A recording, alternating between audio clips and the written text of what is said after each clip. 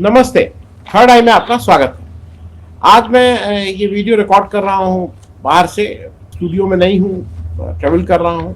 एक बात मुझे बहुत आहत की इसलिए कि आज अखबारों में रपट है, ज़्यादा बहुत प्रोमिनेंटली नहीं लिखा गया है, पर बाकी रपट है कि पतंजलि के लीगल सेल ने, पतंजलि का लीगल सेल मतलब बाबा रामदेव बोलिए, लाला रामदेव बोलिए, कि जो लीगल सेल है उसने एक नोटिस भेजा है दो कार्टूनिस्ट को, गजेंद्र रावत और हेमंत मालविया। ये दोनों उत्तराखंड की कार्टूनिस्ट है। रामदेव की जो लीगल सेल है उसने इनको नोटिस भेजा है ऑन दी प्रिटेक्स्ट कि उन्होंने कुछ रामदेव जी को किसी ऐसे उस तरह से मतलब कार्टून बनाया है जिससे उनकी मान सम्मान कम होता है। अब ये जो रामदेव है, ये अपना मान सम्मान इसका कब ज्यादा था और कब कम था, क्योंकि इनकी जरा स्टोरी आप पहले सुन लीजिए और फिर मैं जिस वजह से वीडियो कर रहा हूँ वो भी आपके साथ शेयर करूँगा। ये रामदेव मूल रूप से महेंद्रगढ़ हरियाणा में जन्म हुआ इनका, वहीं के रहने वाले हैं। फिर ये घर से, जैसा कहा जाता है, घर से निकल गए और इनका पढ़ाई लिखाई में मन नहीं। इनका अब ये कहा जाता है कि इनका योग और इन सब में बड़ा मन लगता है। ये फिर इनको बालकृष्ण से इनकी मुलाकात होती है 1990 में, और जो भी शिक्षा इन लोगों ने प्राप्त की, अब कौन सी शिक्षा प्राप्त की ये तो भगवान जाने, लेकिन 1994 में एक ट्रस्ट बनाया और उसके बाद इन लोगों ने उसका योग कैंप लगाना शुरू किया। मतलब बालकृष्ण और ये बिल्कुल हर चीज में बराबर के साथी थे। 2006 में पतंजलि आयुर्वेद स्टैब्लिश किया इन्होंने हरिद्वार में। रामदेव जी की कहानी वैसे अगर आप देखिए तो रैक फ्रॉम रिचेस वाली जो कहानी होती है, हमारे देश में इस तरह के बहुत से लोग हैं। कोई चाय बेच के प्रधानमंत्री बना, किसी ने कुछ काम किया, लेकिन रामदेव जी के ऐसे बहुत से लोग आज भी आपको मिल जाएंगे। जब ये 90 के दशक में च्यवनप्राश घर से बना के और साइकिल के कैरियर पे रख के और उसको घर घर बेचा करते थे, इस तरह के आपको आज भी इनके कुछ ग्राहक मिल जाएंगे। फिर इन्होंने 1999 में एक पुरानी मारुति वैन ली, उस मारुति वैन में फिर ये च्यवनप्राश बेचने लगे, और फिर एक इन्होंने मारुति जिप्सी ली, वो भी पुरानी। हालांकि शुरू में जब ये योग वाला काम करते थे, और अगर हम आप और सबने इनका युवा से योग शिविर करते थे, टीवी पे सुबह आते थे, और इनकी जो टैगलाइन ये होती थी कि योग अगर आप करेंगे तो आपको दवा नहीं खानी पड़ेगी। लेकिन इन्होंने कुछ ऐसा योग कराया कि इन्होंने अपनी एक फार्मास्यूटिकल कंपनी खोली। जो व्यक्ति ये कहता है कि योग करोगे तो आपको दवा नहीं खानी पड़ेगी, वो अपनी एक फार्मास्यूटिकल कंपनी खोल लेता है। तो उसका क्या था और क्या नहीं था नहीं।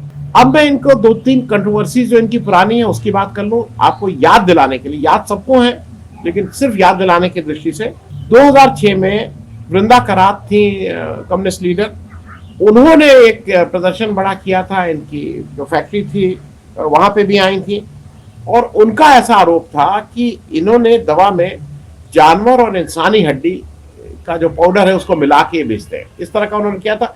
वो क्या स्टैब्लिश हुआ क्या नहीं स्टैब्लिश हुआ वो मुझे नहीं पता है, लेकिन उनके ऊपर इन्होंने कोई मानहानि का मुकदमा नहीं किया, क्योंकि वहां अगर मानहानि का मुकदमा करते तो पोल पट्टी खुल जाती। फिर एक और मैं आपको सिर्फ इसलिए याद दिला दूं कि ये इनका जो बैकग्राउंड है वो जरा आप समझ लीजिए कि क्या भाई साहब। एक जो ट्रस्ट इन्होंने बनाया था, दिव्य योग मंदिर ट्रस्ट, उसके ओरिजिनल मालिक थे रामदेव, इनके गुरु स्वामी शंकर देव। स्वामी शंकर देव 14 जुलाई 2007 में अपने कनखल आश्रम से गायब हो गए, और 2012 में उसमें फाइनल रिपोर्ट लग गई, पुलिस ने एफआईआर लगा दी, इसको बोलते फाइनल रिपोर्ट, कि वो नहीं मिल रहे। तो टेक्निकली आज तक शंकर देव जी नहीं मिले, उनका पता नहीं लगा, लेकिन उनकी सारी संपत्ति के मालिक रामदेव। एक मैं इसलिए आपको याद दिला दे रहा हूं कि ये व्यक्ति जो दूसरों के ऊपर खट से मानहानि का मुकदमा और ये सब ठोक रहा है, इनके एक बहुत खास साथी थे राजीव दीक्षित जी। राजीव दीक्षित जी की जो मृत्यु हुई थी उस पर जिस तरह के सवाल उठे थे, गूगल कर लीजिए, मैंने भी इस पे एपिसोड किए हैं, अगर आप ढूंढ लेंगे तो मेरे यहाँ भी मिल जाएंगे। उस पर भी सवालिया निशान आज है, किस तरह से उसका जल्दी जल्दी पोस्टमार्टम करा के उनकी अंत्येष्टि कराएंगे। इनका जो सबसे खास साथी है, इनके हर कामों में इनके साथ पार्टनर हैं, बालकृष्ण जी के। याद दिला दूं सिर्फ, फर्जी पासपोर्ट वाले मामले में बालकृष्ण जी जुलाई 2012 में गिरफ्तार भी हुए। अब ये एक अलग बात है कि वो मामला कितना सही था, कितना गलत था क्या नहीं था, लेकिन आप एक चीज ये बताइए, पासपोर्ट के मामले में अगर कोई गिरफ्तार होने की नौबत आ रही है तो वो मामला कुछ तो गंभीर रहा होगा। राजीव दीक्षित जी की हत्या के रहस्य की बात अगर आ रही है तो आप क्यों नहीं उसकी जांच, आप क्यों नहीं मांगती कि उसकी जांच हो। आपके गुरु शंकर देव जी अगर गायब हो गए हैं तो आप क्यों नहीं बार बार एक मांग करते हैं कि उनका वो पता करिए कि वो गायब होके कहाँ हो गए। सुभाष चंद्र बोस की आपको आज भी मांग करते हैं आप कि भाई वो करिए, जांच करिए। आप अपने गुरु का तो पहले मामला पूरा करिए। फिर एक मैं सिर्फ याद के लिए आपको बता दे रहा हूं कि ये भाई साहब कितने मैनेज करने, कितने बड़े मैनेजर हैं, उनकी मैनेजमेंट की कैपेसिटी आपको बता दूं। 2013 में उत्तराखंड में मुख्यमंत्री थे विजय बहुगुणा। विजय बहुगुणा के ने की सरकार ने उस समय जब इन्होंने कुछ इधर का ज्यादा इधर उधर किया तो उनकी सरकार के द्वारा पुराने मामलों का एक दिन में 81 मुकदमे हुए थे। सरकार द्वारा एक दिन में 81 मुकदमे लिखाए गए थे बाबा रामदेव के ऊपर, और उस एक महीने के अंदर करीब वो 99 मुकदमे हो गए थे। शायद ये शतक नहीं ठोक पाए थे, एक मुकदमे से रह गया था वो। लेकिन ये इनकी हिस्ट्री है। अच्छा, जैसा ये सब पैसे वालों का होता है कि आप एक नहीं आप 50 मुकदमे कर दीजिए, उस सब मुकदमों से बरी हो जाते हैं। मैं आपको बार बार नाम याद दिलाता हूँ, लोगों को लगता है कि क्या रिपीट करते हैं। दिलाता इसलिए कि ये लोग देश को आज चला रहे हैं। CR पाटिल जो गुजरात में बीजेपी के अध्यक्ष हैं राज्य के, उनके ऊपर एक जमाने में कुछ 100 से ऊपर मुकदमे थे। जब वो MP थे उनके अपने हलफनामे में था, लेकिन आज एक भी सारे मुकदमों में बरी हो गए। उसी तरह से रामदेव जी भी अपने उन जो मुकदमे थे उनका क्या हुआ आज भी पता नहीं। फिर एक इनका और इनके बारे में बता दूं, 2017 में मुंबई की एक पत्रकार थी प्रियंका पाठक नारायण, उन्होंने एक बुक लिखी थी government to tycoon the untold story of Baba Ramdev. इसको बैन करवाया था रामदेव ने, इसको बैन करवाया था हिंदुस्तान में।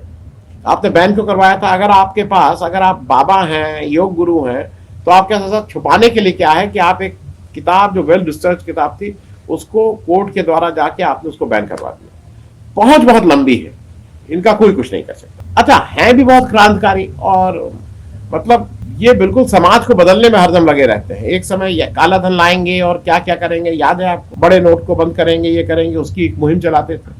अन्ना जी के आंदोलन में चले गए, उसके बाद अपना एक आंदोलन रामलीला मैदान से शुरू कर दिए, और उसके बाद एक इतनी बढ़िया वेशभूषा में ये वहां से भागे कि जितने जो इनके जो फॉलोअर हैं उनको बिल्कुल खुश हो जाते हैं जब इनकी उस वेशभूषा में देखते हैं कि कितना एक वीर पुरुष, योग पुरुष, दिव्य पुरुष इस देश का, जो अपने को योग गुरु कहता है, जो इस धर्म का वो रखता है, वो कैसे महिलाओं के वस्त्र पहन के भागे थे। शायद मुझे लगता है इन्होंने कहीं प्रेरणा ली थी कि महिलाएं भी बहुत वीरांगना थे।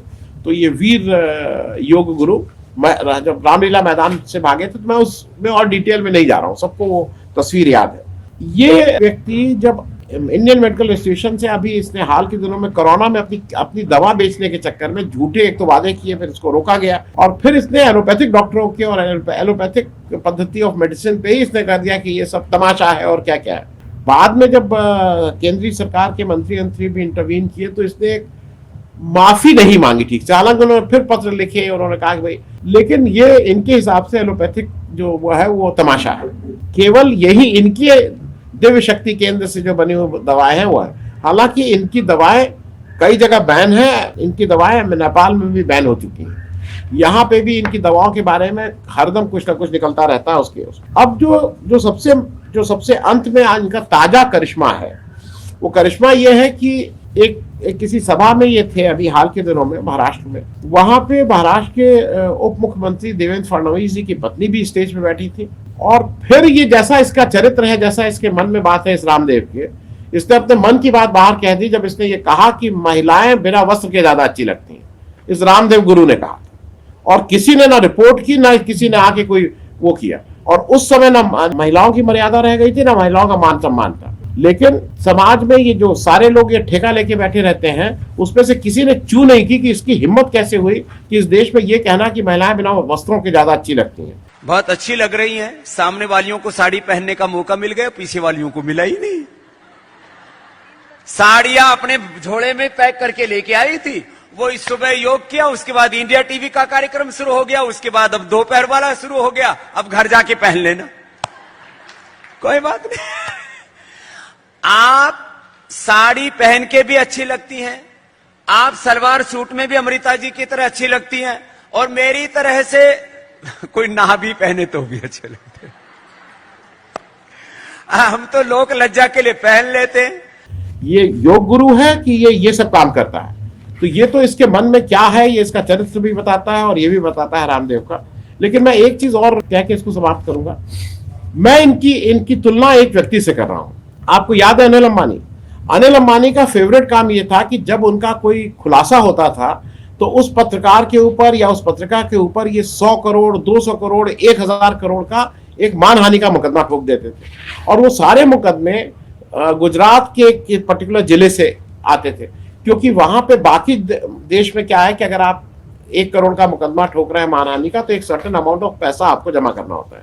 गुजरात में नहीं था, वहां पे शायद 25,000 या 50,000 रुपए एक मुश्त जमा करिए, 1,000 करोड़ का ठोकिए या 10,000 करोड़ का। तो ये इनका फेवरेट काम था। वो होता क्या था कि जब वहां से 100 करोड़ या 500 करोड़ का मानहानि का मुकदमे की नोटिस आती थी तो एक एवरेज जो पत्रकार है या जो पत्रिका चलाता है उसके एडिटर को वो हिल जाता था कि भैया इसको कैसे मैनेज करेंगे। अच्छा, अनिल अंबानी के पास तो वो फौज है उन वकीलों की, वो फौज उन वकीलों की जो इनको जब ये दिवालिया हुए थे, जब ही बिकेम बैंकरप्ट, जब इनको पैसा कैसे नहीं देना है इसके जो इनको रोज सुबह से शाम तक इनको बताते रहते हैं कि ऐसे पैसा मत दो, कैसे पैसा मत दो। ये जो इसकी बेईमानी के कामों में अनिल अंबानी जी के लगे रहते हैं वो सब लोगों के लिए ज्यादा आसान है इस तरह की नोटिस देना। तो वो तो हमने वही काम ये रामदेव भी का। मतलब अगर दो पत्रकार एक कोई कार्टून बना रहे हैं, तुम दूसरों की हंसी उड़ाओ, तुम दूसरों के बोलो कि बिना कपड़ों के महिलाएं ज्यादा अच्छी लगती हैं, तुम्हें कोई कुछ ना बोले, तुम्हारा कोई कार्टून ना बनाए। ये सब वो लोग हैं जो पैसा आ गया है और एक पर्टिकुलर आज हमारे यहाँ जो एक विचारधारा चल रही है उसके पीछे पीछे ये भी उसकी पूंछ पकड़े हुए हैं। लेकिन मुझे ऐसा लगता है कि कहीं ना कहीं रामदेव का भी हाल फिलहाल, आज नहीं तो कल, हमारे बहुत से योग गुरु ने, हमारे धर्म गुरु हुए जो आज कहाँ के हवालात की हवा खा रहे हैं, उनका ये जो उन्होंने कृत्य किए थे, जो उन्होंने अपराध किए थे, वो सिद्ध हो चुके हैं, जेल में हैं। आज नहीं तो कल ये रामदेव जी भी जिस तरह का काम कर रहे हैं, कहीं ना कहीं वो इस लपेटे में, इस चपेट में तो आएंगे ही आएंगे।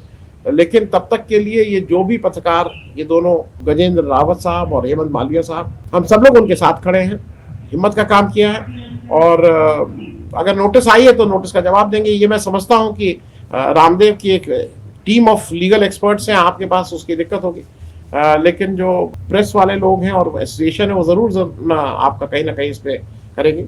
पर we all are with you. Thank you so much, धन्यवाद।